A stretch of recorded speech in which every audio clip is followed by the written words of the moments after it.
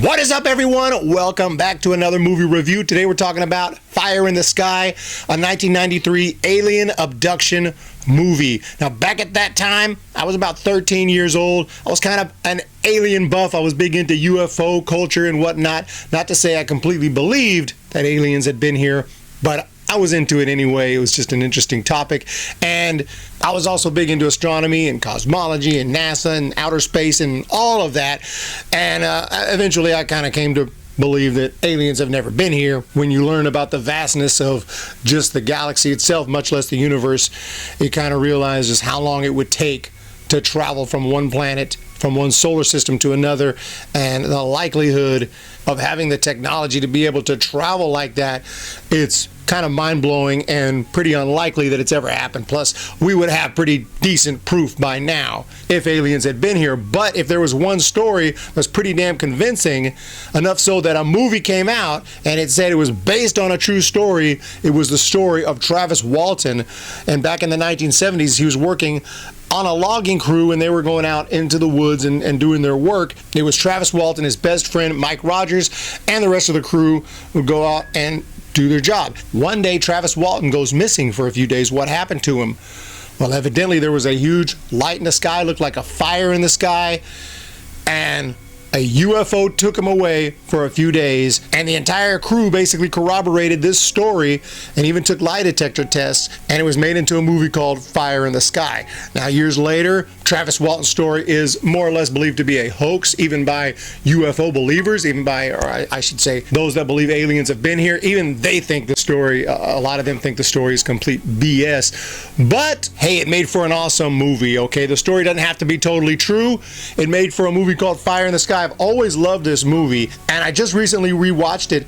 And I find this movie to be so good. It's not a typical just alien movie where there's just aliens running around the whole movie, or you're running, or aliens attacking, or anything like that, or even the abduction itself doesn't play the hugest part in this movie. This movie, a lot of it, at least the first half, is about the rest of the crew, especially Mike Rogers, who is played by Robert Patrick.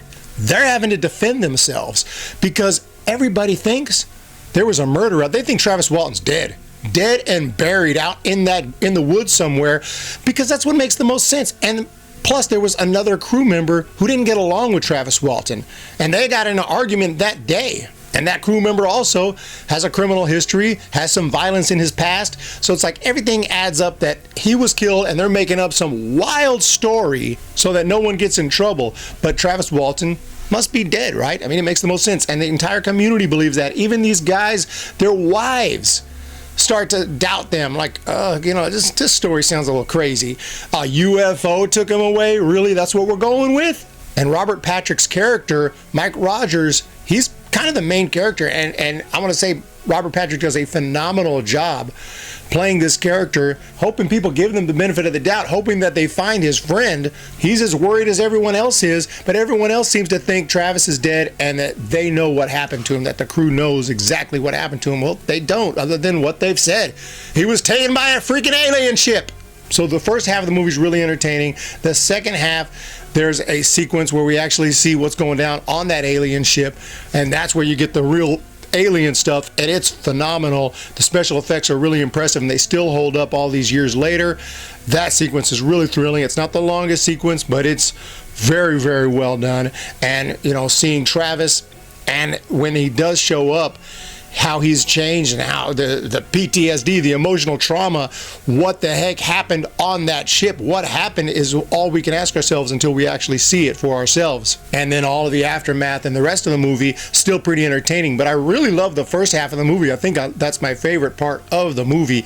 And it doesn't really end with a bang, but you know what? They're trying to tell the story as told. Yeah, sure, they take a lot of liberties. It's Hollywood. They're going to take liberties. But they're telling the story as told by this crew and by Travis Walton, who's still alive, and he's been on the Joe Rogan podcast. Check it out if you're interested. He's a really interesting guy, an interesting story. Do I totally believe it? No. But hey, check it out for yourself. But I don't have to believe it to watch it, to enjoy a movie, right? Because a movie most of them are complete fiction anyway.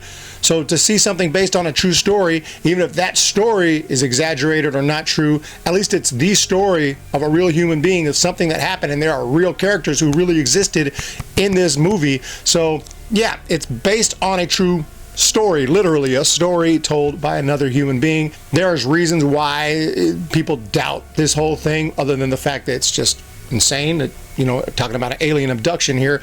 But there are other details to the story that make it unbelievable. Some of the stuff is in here, some of the stuff is not. Like in the reality and the truth, they were into alien culture, they were into UFO stuff. They had just watched a movie with a similar type of alien abduction before this whole thing happen. It's like, that's coincidental. You guys happen to be into alien culture and alien abduction, and then an alien abduction happens under your watch. And they even had a reason to make up the story, because they had some deadlines with their job and their company that they weren't going to meet, so they had to come up with some crazy story as to why they couldn't do it. Something along those lines. I'm not sure of all the details, but there are multiple reasons why even UFO enthusiasts and people who think aliens have been here, even they don't believe this story and think it's a hoax. But you know what? We're not really talking about that. We're talking about the actual movie, and we can forget that it's based on a true story. It could just be a movie, and it's still a really entertaining and really well done movie. And I've always liked it. I loved it back in the 90s. I haven't watched it for a while, but until I just saw it, and I thought it was just as good as I remember it. So Fire in the Sky, I would say, is freaking awesome. Check this one out. A lot of really entertaining scenes, a lot of fantastic acting, great music, great visuals, just a really well done alien movie. I love alien movies. I got a whole bunch of them. I got to review, obviously, the entire Alien franchise. You got Arrival, you got The Arrival, couple of good ones here. So just a ton of great alien movies. I got them in my collection here. But this one, I may have to rank these babies, but this one might be close to number one. I don't know if it'll make number one. I mean, we got Alien and Aliens. Oh, that's going to be tough to beat. But love alien movies, UFO movies, abduction movies. This is a great one. Fire in the Sky, highly recommended. Check it out. I'd say this movie is freaking awesome and just as good as I remember it. Check it out. Fire in the Sky. Let me know if you've seen it. I'm reviewing everything I watch. So if I watch it, I review it. You guys have a great day. We'll see you in the next one.